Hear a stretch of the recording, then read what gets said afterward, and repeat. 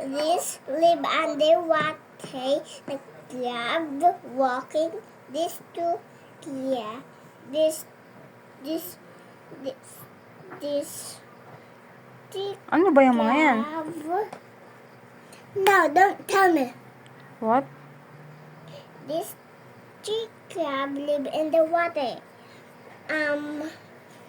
They only walking in the seafloor. Ah, okay. Paano sila mag-walk? Beside Sideways. Ganyan. Yung mga crab. Okay. platypus. This is horse. Dana swim and this two cell. Then stay under the water. And then get that 2 fish. Big piece is the mama piece. They didn't find the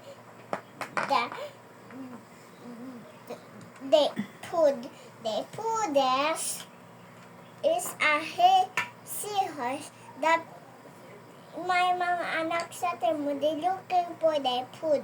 Their food is a seahorse.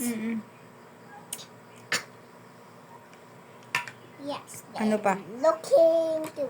Ano ba yung mga yan? Sea creatures or land, ano? They land. Sa land. Land sila nakatira? Yes. Saan yung habitat ng mga yan? Sa? Oh my gosh, Lara, don't know. Di ba pinag-aralan na natin yan? They live in the ocean. Oops. Tingnan mo yung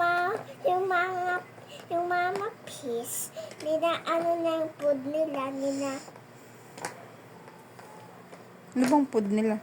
Seahorse yung food nila. Oh. That's the food. Nasasayapan sila. The mama then find the other seahorse. Ano mga name yan? Can you tell me?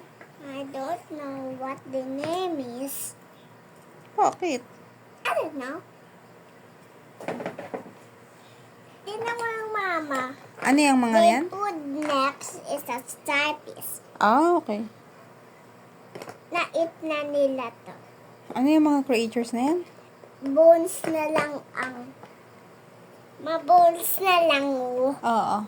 Bones na lang.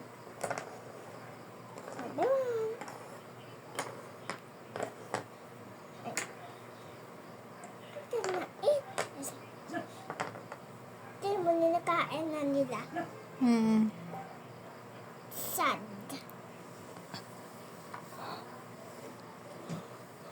See, they one baby starfish left, but they too old.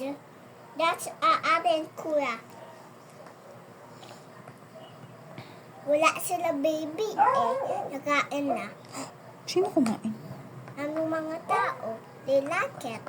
Oh. The taste they like. Kung ikaw, kakain ka ba nun? No. Bakit? It's not so yummy. Kawawa naman sila yun, no? Kaya atin kuya na lang, taka mama starfish. Ano lang kakainin mo? Fish lang? Yung shrimp, ayaw mo ba ng shrimp? I like to sip.